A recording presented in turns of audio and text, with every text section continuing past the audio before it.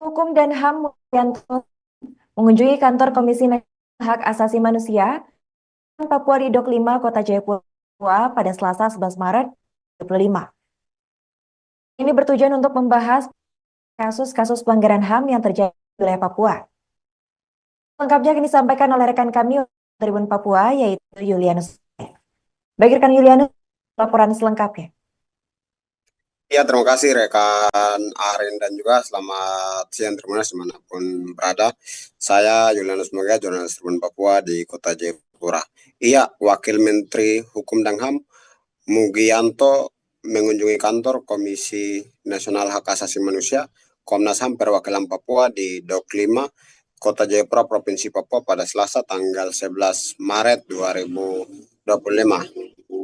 Kunjungan tersebut bertujuan untuk membahas penyelesaian kasus-kasus pelanggaran HAM di wilayah Papua. Dalam pertemuan tersebut, Komnas HAM Perwakilan Papua menyampaikan laporan mengenai sejumlah kasus yang telah mereka tangani, termasuk pelanggaran HAM yang menyebabkan 71 orang meninggal dunia dalam konflik yang terjadi di daerah Papua, hingga pengungsian di berbagai daerah di tanah Papua. Menanggapi laporan tersebut, Wakil Menteri Hukum dan HAM memberikan apresiasi atas kerja keras Komnas HAM Perwakilan Papua dalam menangani berbagai kasus pelanggaran HAM. Ia mengatakan pihaknya sangat memberikan apresiasi dan juga memberikan terima kasih kepada Komnas HAM Perwakilan Papua yang telah memberikan kontribusi nyata dalam menangani permasalahan hak asasi manusia di wilayah Papua. Ia berharap agar ke depan kerjasama ini bisa terus berjalan, baik di Papua maupun di tingkat nasional. Ia mengatakan juga pemerintah akan terus memperhatikan penanganan kasus-kasus pengungsian yang terjadi di tanah Papua, khususnya di wilayah Wasior dan juga Wamena.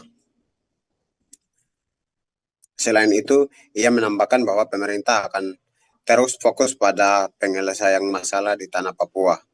Sebelumnya di Aceh dan sekarang Papua menjadi prioritas utama.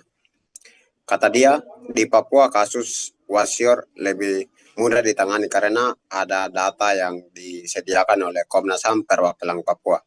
Ia berharap kebijakan yang diperlukan dapat segera diterapkan untuk penyelesaian masalah dalam waktu dekat.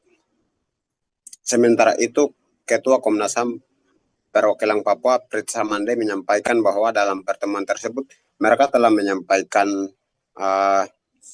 sejumlah program prioritas yang perlu dapat diperhatikan oleh pemerintah pusat. Kata Ramande, pihaknya juga telah menyampaikan masalah pengungsian serta data kasus pelanggaran HAM berat yang sudah pihaknya sampaikan kepada Wakil Menteri Hukum dan HAM. Ia berharap pemerintah dapat segera merespon isu-isu dengan kebijakan yang tepat. Prits menekankan pentingnya respon cepat terhadap kasus pelanggaran HAM berat dan penanganan pengungsian. Kata Prits, tugas utama Kementerian HAM adalah merespon masalah ini. Karena itu, jika tidak ditangani dengan cepat, maka masalah ini akan terus menjadi tantangan. Mungkin itu saja yang bisa saya laporkan, rekan Aring. Saya kembalikan ke studio. Tribuners, rekan kami juga melakukan sejumlah wawancara dengan pihak terkait. Berikut kami tampilkan. Kami apresiasi untuk dialog kemanusiaan. Jadi semua inisiatif baik dari masyarakat untuk menyelesaikan persoalan di Papua itu kami respon dengan kami apresiasi ya, secara positif. Tinggal bagaimana nanti mewujudkannya itu bicara bareng. Tetapi ada juga persoalan-persoalan yang urgent yang menurut saya harus diselesaikan, itu yang akan kita selesaikan. Tadi yang muncul kan juga soal penanganan pengungsi yang masih banyak. Walaupun tadi Pak Ketua Komnas HAM juga menjelaskan. Ya, memang harus bertemu mitra-mitra strategis dan datang ke Komnas. Dan di Komnas tadi kami sudah menyampaikan beberapa program prioritas di Komnas HAM yang harus bisa direspon